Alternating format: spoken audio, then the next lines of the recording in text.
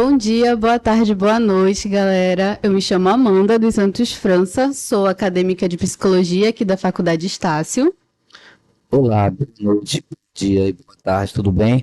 Sou acadêmico de psicologia do segundo semestre aqui na Estácio, campus de Belém, e estamos aqui hoje para eh, realizar esse podcast que será focado ao nosso evento, que será no dia 11 e 13. 11 e 13 de novembro, nós estamos com um evento que vai acontecer aqui na Faculdade Estácio.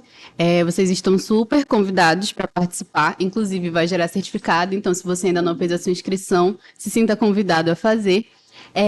Nós trouxemos aqui como nossa convidada a Neliane, ela é psicóloga. E aí, Neliane, eu gostaria que você apresentasse um pouquinho sobre você, sobre o seu trabalho. Olá, gente. Bom dia, boa tarde, boa noite, né? Como tu falasse. Eu sou Neliane Maciel, sou psicóloga, pós-graduando em análise do comportamento aplicada para autismo e neuropsicologia. Atualmente eu atuo como terapeuta ABA, trabalho na Clínica Creta e na Unimed, na unidade CCTE. Trabalho com crianças com atraso no neurodesenvolvimento, com terapia, né, dando suporte para que essa criança adquira habilidades e tenha um convívio melhor na sociedade. Você acredita que é, uma criança conseguir se desenvolver bem em uma sala de aula, necessita de um psicólogo? Na área de comportamental, quando uma criança apresenta por indicação de um professor algo diferente assim, você acredita que teria a possibilidade de uma intervenção do psicólogo nessa área? Só para esclarecer, qual é o papel do psicólogo no desenvolvimento infantil? Qual seria o papel do Sim, psicólogo no desenvolvimento infantil? O psicólogo, né, ABA, a gente vai trabalhar, investigar as questões cognitivas, motoras, sociais, emocionais, e vamos trabalhar no desenvolvimento dessas habilidades que estão em atraso, né? Vamos investigar qual o desenvolvimento essa criança está e trabalhar justamente nessas áreas de déficit, né, que ela apresenta, se é o emocional, se é o social, cognitivo. A maior parte do público que vai para as clínicas que você trabalha, né? Que os psicólogos na área de aba, eles são, na maior parte, com TEA, com autismo, ou o psicólogo aba ele pode estar atendendo também crianças com problemas não só no desenvolvimento, mas psicossociais também. Quando a criança chega na clínica, na maioria das vezes ela vem encaminhada pelo neuropsiquiatra, né? E aí o neuropsiquiatra vai encaminhar ela para terapia ABA. Quando a criança ela vem, geralmente ela chega na clínica, ela já vem com a demanda de desenvolvimento, né? Atraso de desenvolvimento, com relação ao autismo, TDAH, TOD. Acontece, sim, de a gente receber crianças que você percebe que a demanda não é aba, e sim psicoterapia para trabalhar questões sociais, conflitos familiares, mas o mais indicado é que essas demandas sejam trabalhadas no setting terapêutico sem ser no aba, né? Porque no aba a gente vai trabalhar mais com relação aos atrasos de desenvolvimento. Leilane, os pais se opõem são de trazer a criança para o atendimento com você? Olha, varia, depende, né? Tem pais que já aceitaram, né? Já passaram ali pelo aquele processo de luto, né? Do diagnóstico da criança do autismo. Então, eles já trazem bem, sabe? Esperando, confiante na gente, confiando no nosso trabalho. Mas tem sim os pais que ainda não aceitaram o diagnóstico, né? Que trazem porque a médica insistiu muito, ou então tem algum familiar que insistiu, mas eu recebo muitos pais que vêm com essa demanda de ainda não aceitar o diagnóstico e, tipo assim, não aceitam nossa devolutiva, quando a gente vai falar com eles, olha, hoje ele foi assim, ele apresentou esse tipo de comportamento, e aí o pai fica um pouco meio aversivo, porque não acredita no que a gente está falando, na maioria das vezes. Ainda tem muito esse tabu, Esse né? tabu, Que precisa ser quebrado. Muitas pessoas ainda acreditam que, na linguagem popular, psicólogo é para doido. Então, sim, é muito complicado, né, ter que lidar com isso. É, trazendo de volta a pergunta do Dani, quais seriam os sinais que os pais deveriam observar nas crianças para que, não só dentro da escola, isso fosse observado, mas dentro de casa, quais os sinais os pais deveriam observar para que deveriam se atentar para sim. poder levar a criança ao psicólogo? A criança, a partir do momento que ela nasce, ela vai seguir ali uma lista de desenvolvimento, né, que ela precisa obter. A criança com 6 meses, ela tem que ter tais habilidades. Aí, com 1 ano, ela já vai apresentar tais habilidades. E aí a criança chegou aí na faixa etária mais ou menos dos 2 anos, ou até menos, né, menos de 2 anos. E aí os pais, cuidadores, né, que estão mais com frequência com essa criança, percebem que ela ainda não adquiriu habilidade que já era prevista para a idade dela. Atraso na linguagem, criança que já era para iniciar a fala e não começou, a questão motora, né? Percebe um comportamento diferente com relação ao andar, às mãos, a dificuldade em coordenação motora fina. E aí aí procura, geralmente, primeiro eles procuram o pediatra, né? E o pediatra vai encaminhar para o psicólogo. Geralmente é nessa ordem. E a questão, e na escola também, né? Outras questões também na escola, quando o professor começa a ver alguns comportamentos que a criança só emite na escola, que pouco emite em casa, né? Quando o professor dá demanda com relação ao atraso no desenvolvimento cognitivo, né? A criança já era para já saber contar de 1 até 10, e aí tem essa dificuldade de aprender. Geralmente vem dos professores e dos pais. Porque a intervenção precoce é tão importante para o desenvolvimento infantil. A intervenção precoce, ela é importante porque ela vai ajudar com que a gente trabalhe déficit nessa criança antes de que ele vire muito sério, vamos dizer assim, entendeu? A gente vai trabalhar antes que ele prejudique mais essa criança, né? Exemplo, a fala.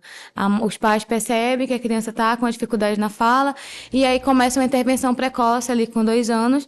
Então, isso vai fazer com que ela não evolua esse quadro, entendeu? Com que ela comece a estimular ali a fala ou com relação à cognição também, criança tem dificuldade. E a gente vai começar a fazer essa estimulação precoce para que não evolua. Às vezes os pais até usam umas linguagens muito mimadas, e a criança nem consegue desenvolver a fala real que tem que falar, por conta dos próprios pais que Não desenvolve. desenvolvem. Às vezes acham que é comum, né? Sim.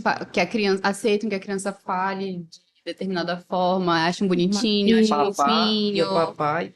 papá, Isso. e aí é fofinho, como os professores falam pra gente, a criança falou pá. Meu Deus, falou papai, nem é papai. Aquela palavra vai ser pá.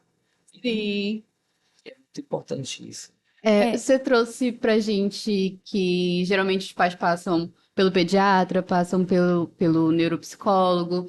É, é mais comum, né, que haja eles priorizem passar por esses profissionais para que depois eles passem para o psicólogo. Mas é a forma correta ou eles podem procurar o psicólogo diretamente quando eles identificam? É a forma correta, né? Porque geralmente a criança até os 5 anos, ela tá ali no pediatra de 1 vez no ano, de 6 em 6 meses, e aí ele que também faz essa avaliação, né, sobre o desenvolvimento. Ele também é um profissional muito importante, né, para avaliar o desenvolvimento dessa criança. né? Ele que diz para a mãezinha, para o paizinho, se ele está seguindo a curvinha certa ali, do desenvolvimento dele. Então, ele vai estar ali bem atento sobre isso. Acontece, né? Eu já recebi crianças que vieram direto comigo, a minha criança está apresentando essa dificuldade, e aí, geralmente, eu peço para eles procurarem um neuropsicólogo, né, para fazer essa avaliação neuropsicológica, para a gente poder diagnosticar de fato algum transtorno. Porque eu já entro na intervenção, né? Eu entro na intervenção do transtorno. Então, eu preciso que essa criança tenha chegue comigo com um diagnóstico, né? Com pelo menos um prognóstico, para mim ter norte de que caminho eu vou seguir. O nosso ouvintes aqui, eles têm uma pergunta interessante, olha. Como o ambiente familiar, social influencia o desenvolvimento infantil, né? E a outra, de que forma o psicólogo pode ajudar a lidar com essas influências? O ambiente social, né, familiar, ele é muito importante, porque é onde a criança ela aprende, né, muito de comportamento, muitas coisas. E eu sempre falo para os pais das minhas crianças que eles possam criar ali um ambiente acolhedor, seguro, com que essa criança se sinta entendida. Isso vai determinar muita coisa no desenvolvimento dela. Ajuda Se bastante. essa criança ela é criada num ambiente familiar em que ela é acolhida, que ela, né, tem as necessidades dela suprida com relação à saúde, né, bem-estar emocional, que é um ambiente seguro, ela tende a se desenvolver melhor. Né? Diferente de uma criança que está no meio familiar ali conflituoso, onde tem muita briga, onde ela tem dificuldade, não frequenta a escola, onde não tem essa necessidade dela, então ela vai ter um desenvolvimento mais prejudicado com relação aos comportamentos e à cognição. Tudo é uma influência. Tudo Tudo é influencia. influência. O ambiente, ele influencia muito o comportamento, né? Não só das crianças, como dos adultos também. Verdade. Uma outra pergunta interessante aqui é quais seriam as principais ferramentas de avaliação que o psicólogo infantil utiliza para entender o desenvolvimento da criança e até mesmo para aperfeiçoar o Sim. desenvolvimento? No ABA, que é a minha prática, nós usamos protocolos de avaliação. Protocolos que avaliam habilidades básicas, que no caso eu uso o VB-MAP, que ele vai avaliar habilidades básicas da criança até os 5 anos. Né? Quais habilidades a criança tem que ter até os 5 anos. Mas aí acontece de a gente fazer o protocolo em crianças que já passaram de 5 anos também, porque a gente vai fazer essa avaliação, ver qual é o déficit dessa criança, né? Se é na questão verbal, se é no ouvinte, se é no imitação, e aí vamos trabalhar isso para que ela adquira essas habilidades, que ela está em atraso. Tem um protocolo que é o Social Save, que a gente usa, que vai avaliar as habilidades sociais dessa criança, que é um protocolo que a gente utiliza com crianças mais funcionais, que são crianças que já têm essas habilidades básicas adquiridas, e aí o déficit é mais na questão social, né? Questão emocional, regulação, né, das emoções, questão de atenção, estimulação com relação na escola, como essa criança é na escola, com os amigos, com o professor, com relação à rotina, instruções. Vai Sim. trabalhar mais essas questões. E aí tem muitos protocolos, né? Tem o Denver, que é um protocolo que a gente avalia na intervenção precoce. Que, na verdade, o Denver ele não chega a ser um protocolo. Ele é mais um checklist que a gente vai fazer ali com a criança para saber onde que ela está com déficit, entendeu? Quais habilidades ela tem, quais ela precisa trabalhar, quais habilidades que já era para ela ter e ela não tem ainda, né? Vamos dizer assim. Você falou da questão emocional. Quais seriam os desafios emocionais e comportamentais mais comuns enfrentados por crianças que podem ser trabalhados na terapia? Vamos por ordem, né? Os emocionais, eu diria que a questão da ansiedade, né? dificuldade em lidar com as emoções, de reconhecer as emoções, né? As crianças, elas, até os 4 anos, usa muito o cérebro direito, que é a parte mais emocional. Ela está aprendendo ali a usar o cérebro esquerdo, que é a questão lógica, racional. Então, as crianças que apresentam atraso de desenvolvimento, ela vai ter uma dificuldade ainda maior de lidar com as questões emocionais, de identificar que emoções eu estou sentindo e como eu lidar com isso. E aí, na maioria das vezes, ela sente uma raiva, uma frustração, e ela não sabe como lidar com isso, e ela acaba emitindo os comportamentos, aí que entra a parte de comportamentos, que ela vai emitir comportamentos inadequados, que a gente chama, que são heterolesivos, autolesivos, birra, né? São comportamentos inadequados por conta de não saber lidar com essas emoções, de como reagir quando eu estou triste, quando eu estou frustrada, saber a diferença, né? Às vezes eles têm muita dificuldade de diferenciar tristeza, frustração, raiva, melancolia, são muitas emoções.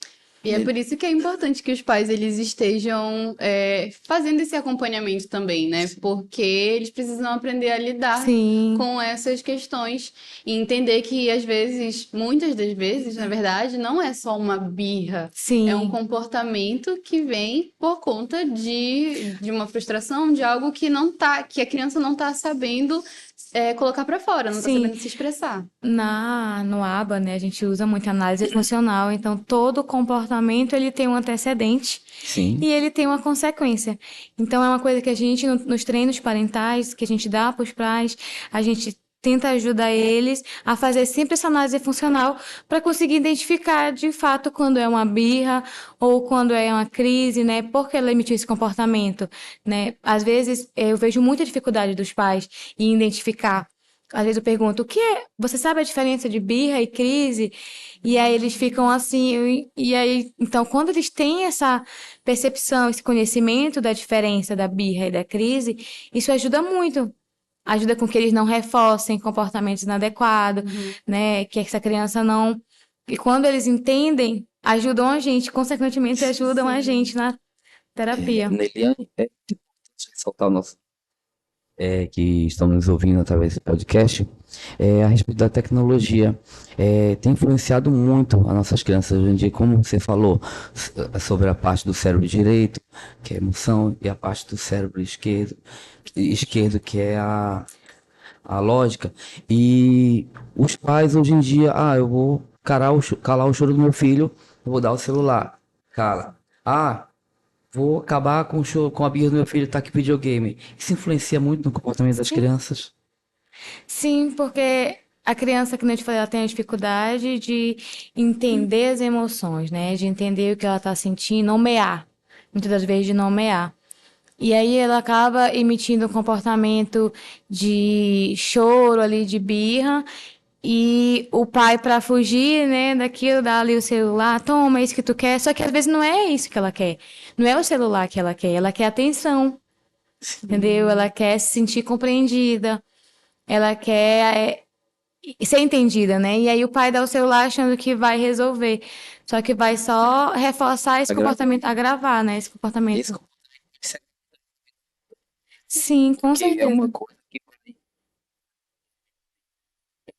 fixar no cérebro dele e ele vai achar que ele chorar, ele vai se calar com o celular, ou com o computador ou alguma outra coisa.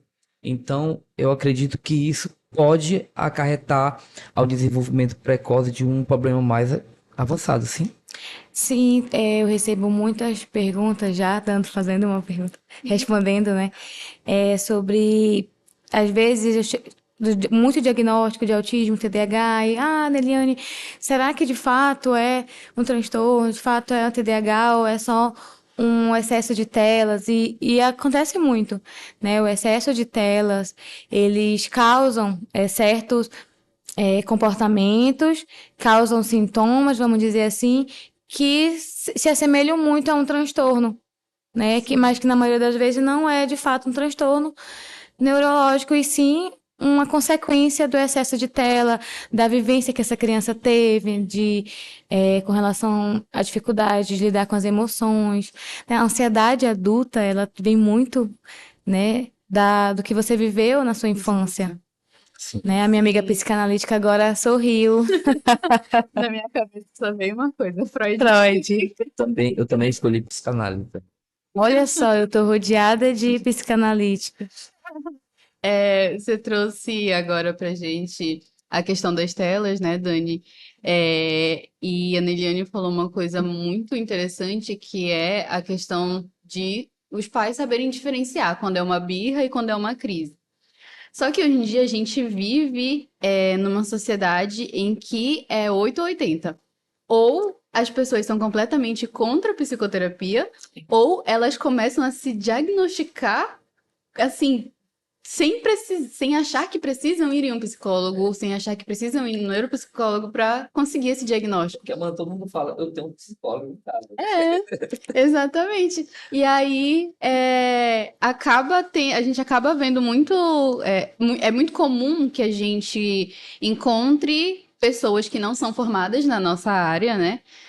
Na área que nós vamos nos formar, na área que você é Sim. formada, que olham para uma criança e falam assim: ah, aquela criança tem autismo, só porque anda na ponta do pé, ou porque tem um comportamento que é diferente, entre aspas, de outras crianças. Só que a gente precisa analisar todo o contexto social, o contexto familiar daquela criança. E aí, uma dica que você daria para os pais para conseguir diferenciar quando é uma crise de fato que está acontecendo ou quando é uma birra, qual seria? Vou responder duas perguntas, mas vou começar primeiro com essa da birra e da crise. A diferença da birra e da crise é que na birra, a birra ela tem objetivo, né? Ela é intencional. A criança ela tem um objetivo. Ela queria aquela garrafa e aí tu não deu para ela a garrafa, ela tá no supermercado, não, comum, né, no supermercado. Eu sei porque eu sou mãe também. E aí ele, mamãe, posso levar o Danone? E eu falo, não, você não pode. E aí o não já. E ele vai se jogar no chão, vai começar a emitir comportamentos, né, de birra. A crise, a diferença dela é que ela não é intencional, ela não tem objetivo e ela é gerada por um excesso de estímulo. Né? A criança foi muito estimulada, é estímulo visual, é estímulo sonoro, é estímulo tátil, e aí aquilo acaba gerando uma desorganização, né? E ela desregula. Sim. Então, ela não. A diferença maior, assim, uma coisa que ajuda a gente a diferenciar é que a birra é intencional e a crise não, né? Uma tem objetivo, a outra não. Né? Então, quando você fazer aquela análise funcional do porquê daquele comportamento dele de choro, de estar se machucando, porque tem crianças que têm vários tipos de birra, né? Sim, é verdade. Então, quem está olhando de fora, que não entende, meu Deus, ela está tendo uma crise, porque ela está se machucando, porque ela está batendo na parede. Não, e pode ser uma birra, né? Oi? O comportamento, sim. Mas a motivação. A motivação, não. Entendeu? O comportamento, ele é parecido. Tanto que existe muito essa confusão de o que é birra e o que é crise, né? E aí, você aprender a diferenciar é que, quando, geralmente, aí a birra, você vai lá e reforça, né? Você acha que é uma crise, e aí você quer evitar aquele sofrimento pro seu filho, porque ninguém quer, né, ver a criança sofrendo. E aí, então, não, toma, pode. Tudo bem, a gente vai levar. Não, tudo bem, você pode entrar. Ou então, sempre cede. E aí, naquele ceder, você vai estar reforçando aquele comportamento.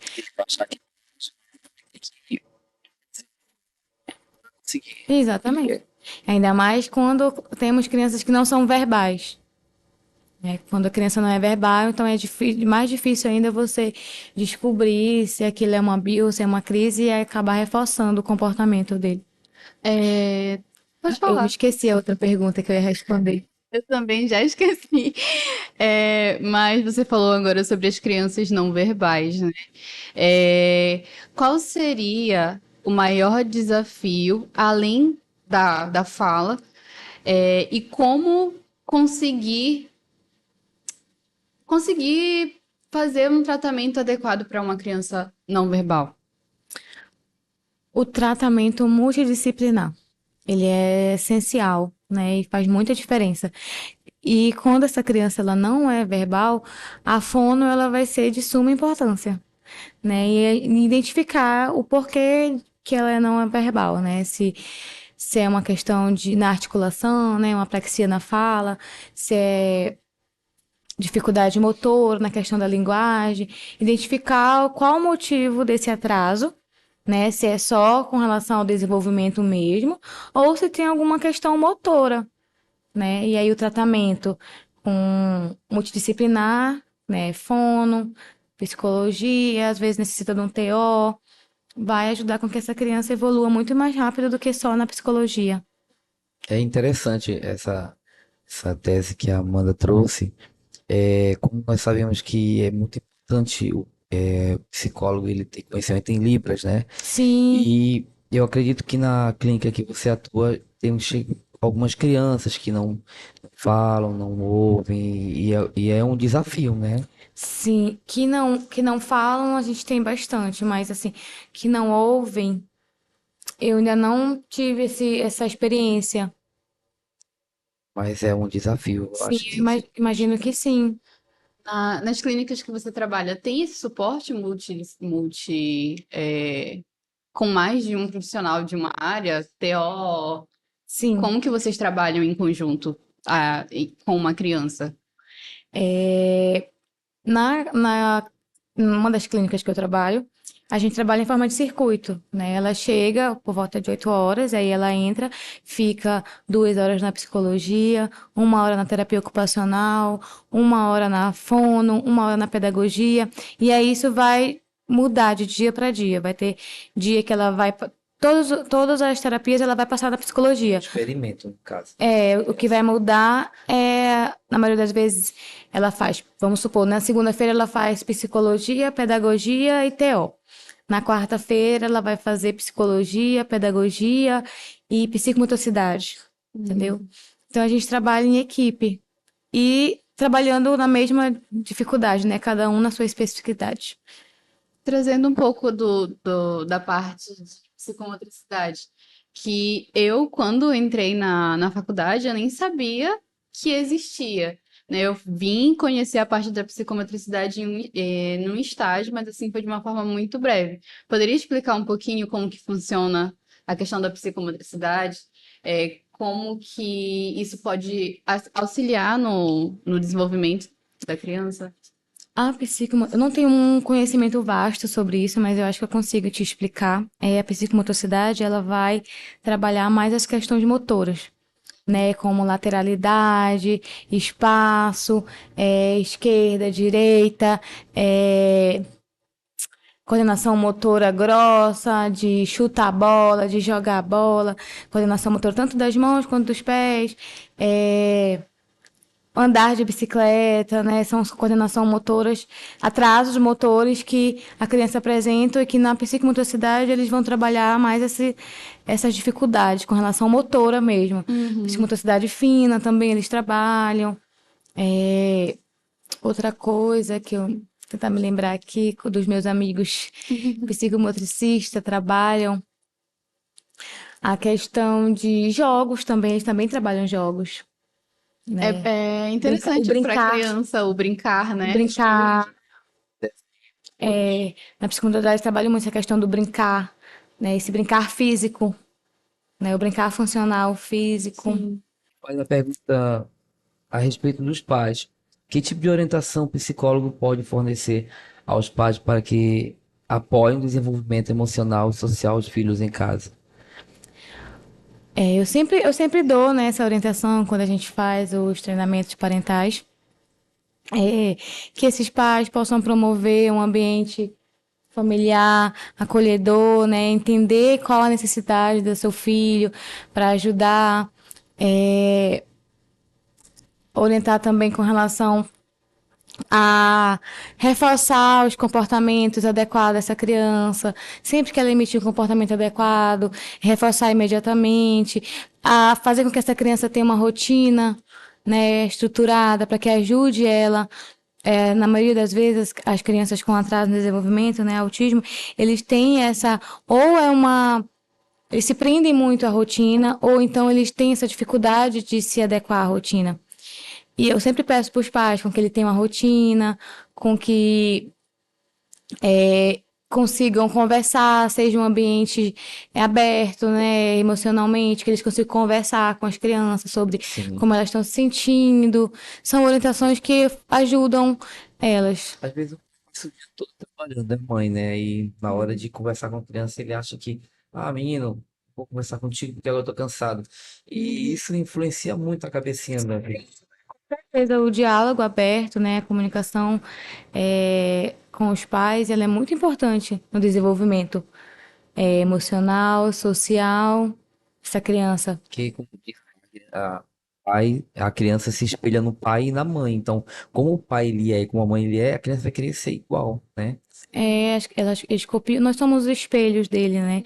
Eles copiam muito os nossos comportamentos, né? Se você é uma pessoa explosiva e impaciente, tem dificuldade para lidar com os problemas, com as emoções, consequentemente a sua criança ela vai é, adquirir ali alguns comportamentos, né, com relação a isso, porque é o que ela está aprendendo, o que ela está vivendo.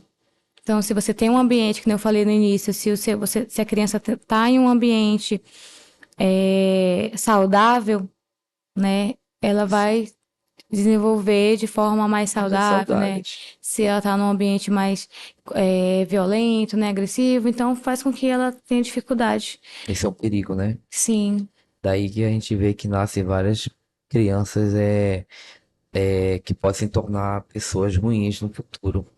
Porque as coisas vão acarretando na cabecinha dele que ele vai achar que aquilo é o certo, né? Até mesmo se tornar uma pessoa violenta no futuro, né?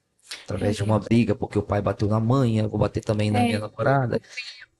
comportamento de eu tenho criança que aí fala, tem uma intervenção na clínica com um coleguinha e resolve batendo. Porque ele pegou o meu lápis, né? E aí eu falo, mas não é assim que resolve. Mas na minha casa é assim que resolve. E acaba com todo o trabalho do psicólogo, né? Porque aí o psicólogo tá ali na clínica, os profissionais estão ali tentando ajudar a criança a se desenvolver, e aí dentro de casa todo o trabalho ele é desconstruído porque é a cultura que tem dentro da casa, né? Isso mesmo, a cultura ela influencia muito, né? E como essa criança vê o mundo, como ela enxerga sobre o que é certo, o que é errado, porque ela vai levar muito mais em consideração o que os pais falam, né? Que é certo que o meu pai fala.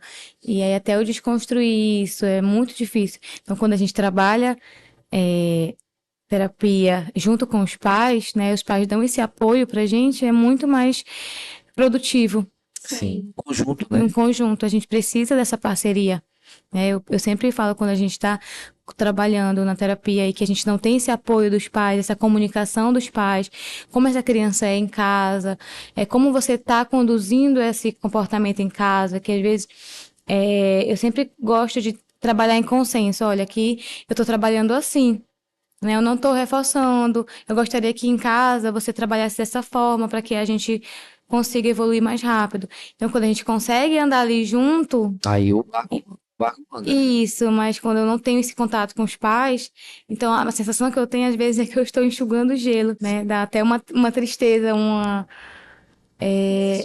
desestimula, exatamente. A gente. Você se formou recentemente, né? Mas, pelo que a gente está conversando, ela tem muito conhecimento sobre o Universidade. assunto. Obrigada.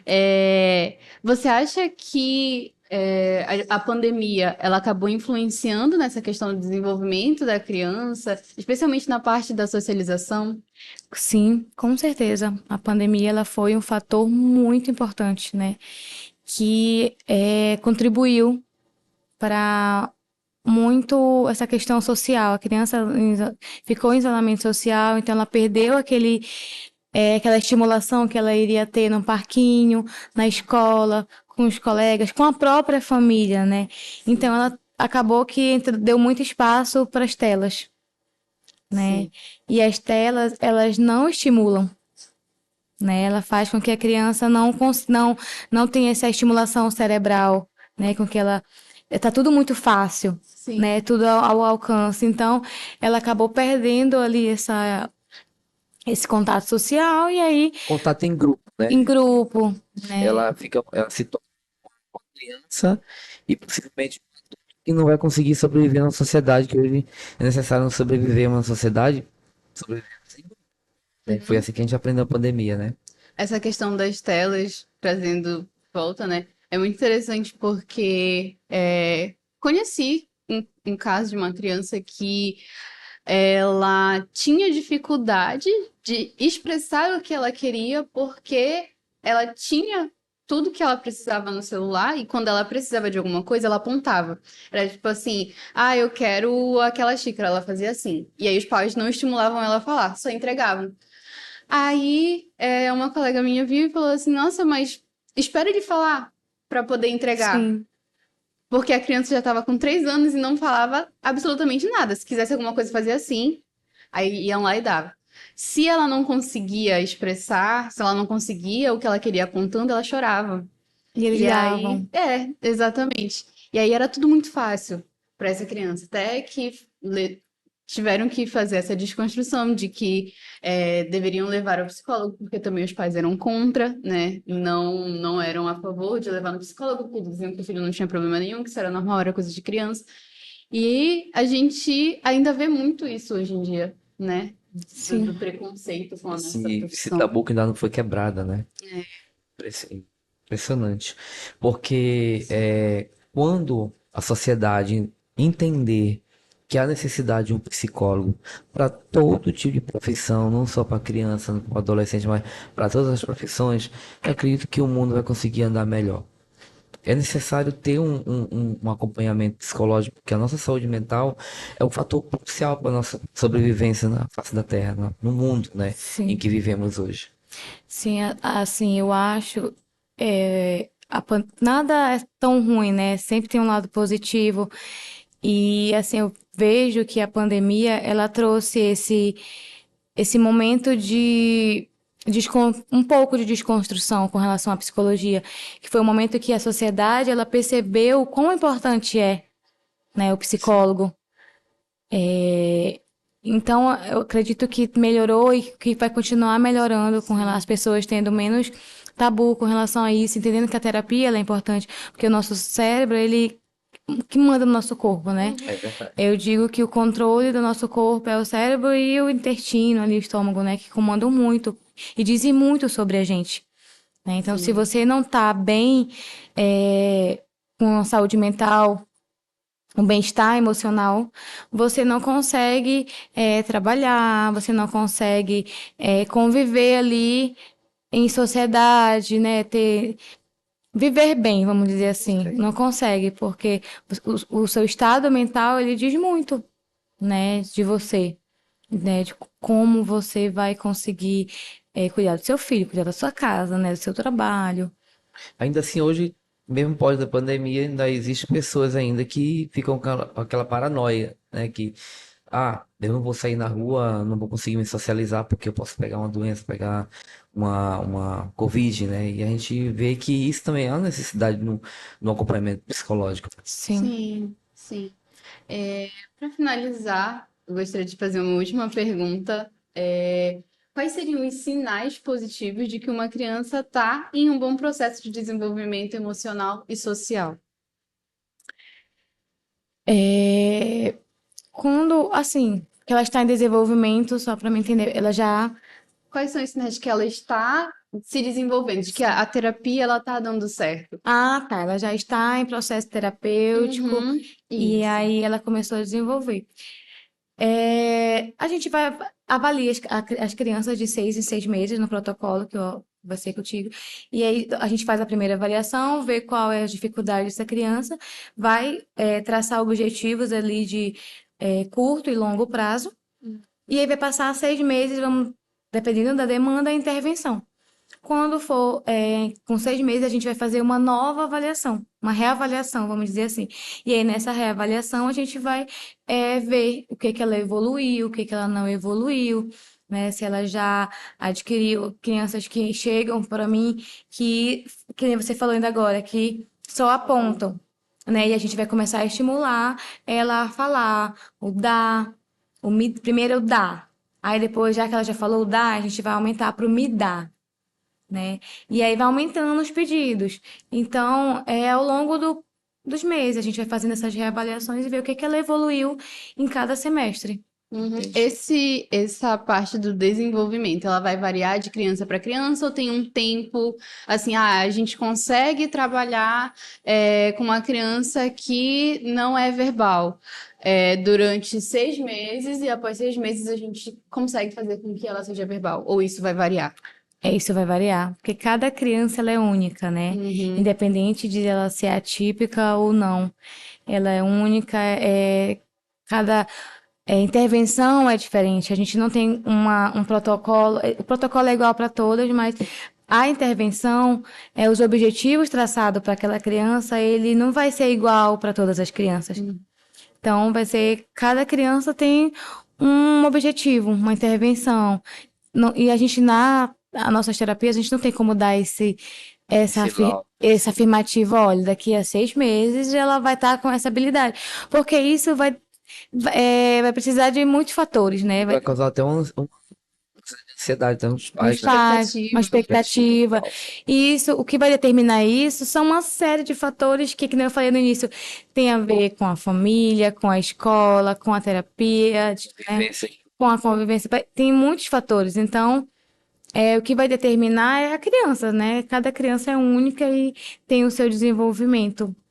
Tem crianças que demoram mais, tem crianças que demoram menos, vai depender de cada criança mesmo. Bacana. Tem mais alguma pergunta, Dani? Eu acredito que tá bom. Também gostei muito de te receber. Foi muito bom essa troca. troca de conhecimento, nós que somos acadêmicos.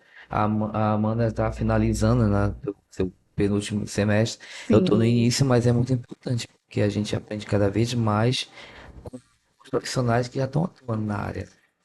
Apesar que você é fundamental, sobre psicanálise, mas tudo isso. Olha, tu tá no segundo semestre. Não decidi ainda. Eu me decidi no primeiro. Tem muita coisa pra rolar. É porque eu sou apaixonado também pela psicologia forense. Ah, tu já entrou na psicologia já apaixonado pela psicanálise. Sem Mas saber que era psicanálise. sem saber que era Sem psicanálise. saber. É isso, mas eu acredito que o futuro Olha, eu já vi muito psicanalista virar comportamental. comportamental, analista E do ainda tem muito comportamento. chão pela frente. Ainda tem muito chão. 4 anos mesmo.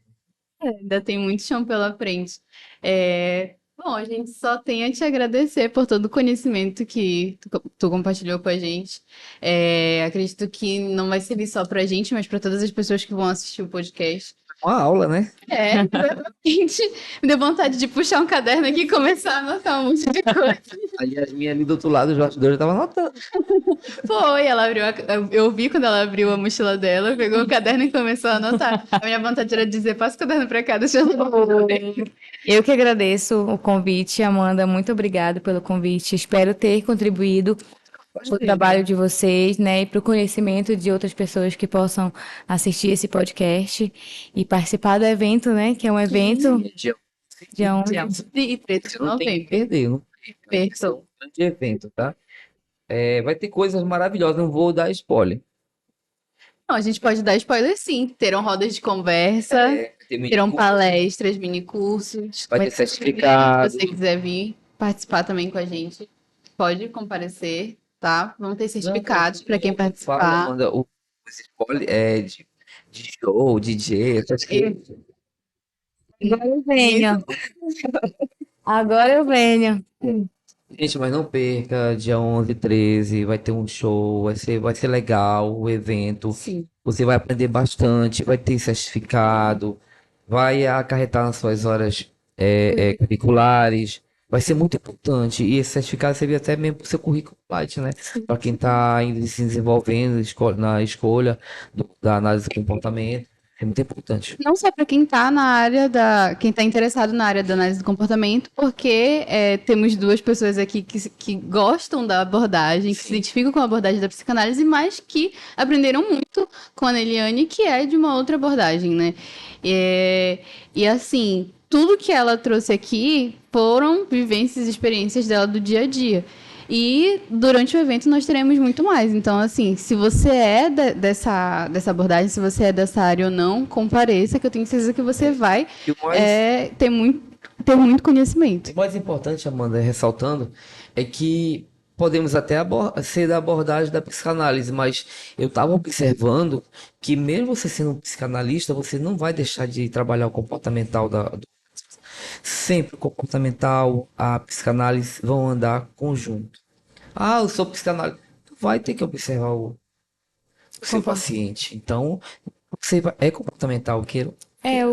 Na psicanálise, o comportamento do teu cliente, ele também vai te dizer alguma coisa. Sim. Sim.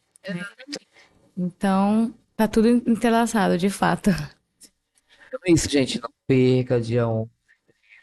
Será o grande evento aqui na Estácio Pelém, será realizado no auditório. Vai ter mini curso, vai ter roda de conversa, vai ter palestrantes, vai ter profissionais da área e você vai gostar bastante. Sim. É isso, né, galera? Ah, te agradeço mais uma vez, Neliane. Espero que a gente possa trabalhar mais vezes juntas. E é isso, galera. Gente, eu me chamo Daniel Viana. Olha, Eu me chamo Amanda França, Neliane Maciel. ok? Quem quiser seguir a Neliane, pode seguir. @psi Neliane Maciel. bastante seguidores.